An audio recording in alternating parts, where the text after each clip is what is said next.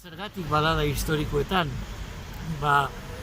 baladak istorioak, balada bakoitzak edo balada tipo bakoitzak istorio bat kontatzen duenez gero, hainbat istorio dira paneuropeoak esaten duguna. Hau da, Europa osoan kontatzen diren istorioak. Esate baterako prodatzen ari nintzen, hori esate baterako da El Marinero Raptor deitzen da gaztelaniaz, eta hor neskatila gazte bat, bere etxean gehienetan josten diharduen neskatila gazte bat, mariner batek baitu egiten du, bere untzira engainuz eramaten du, eta untzian itsasoan sartzen dira, itsasoan barrena oso urruti lehorretik, eta han itsaserdian, bosteun bat lekua, itsaslekua egin ondoren, untziko nagusiak handere hori bortxatu nahi du. Historio hori paneuropeoa da, Europa osokoa da, eta Euskal Herrian bezala beste kultura batzuetan eta beste hizkuntza batzuetan kontatzen da. Ni batez ere zentratuko naiz balada historikoetan. Eta zer dira balada historikoak? Neurri batean oinarria edo kontaeraren harila Euskal Herrian eman den diren horiek. Esate baterako, horiek gainera Euskal Herriko leku konkretu batzuetara josiak daude. Beste balada historiko bat, ez dut balada bera kontatu, baina beste balada historiko bat da Berterretx.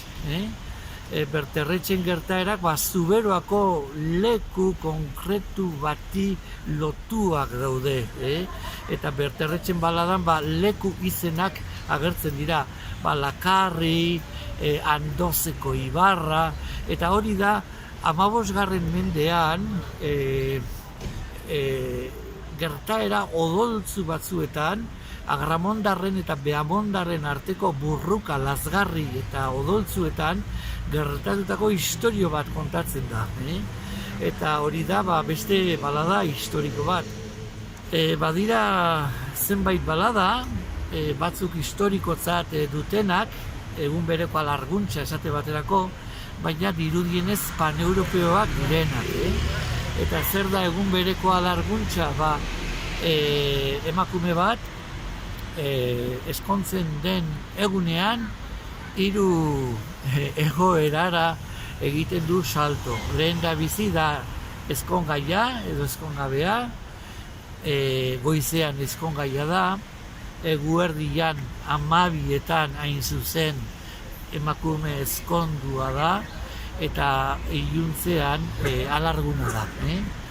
Eta alarguna izateak, egun eskontzen dan egun berean alarguntzen da, eta horrek ekarriko du 7 urtez gordeko du bere senarraren gorpua lurperatu gabe etxean, ostiraletan limoi urez edo zitroi urez gantzutzen edo igurtzen duela, ezta? Hori batzuk historikotzat dute eta esate dute hirigarai hori nongoa zen eta bar, baina uste dugunez paneuropeoa da. Balada historikoak ia danak, bat bakarra ere kendu gabe, oso tragikoak dira. Beti gertaera odoltzu bat, traizio bat, gertaera odoltzua esaten dudanean, odola ikusi egiten da, sentitu egiten da. Esate baterako Berterretxeren baladan, behin Berterretxe hil ondoren, Margarita deitzen dan, uste dugunez bere emaztegaiak, aurka edo eskubeteka biltzen du balde bat.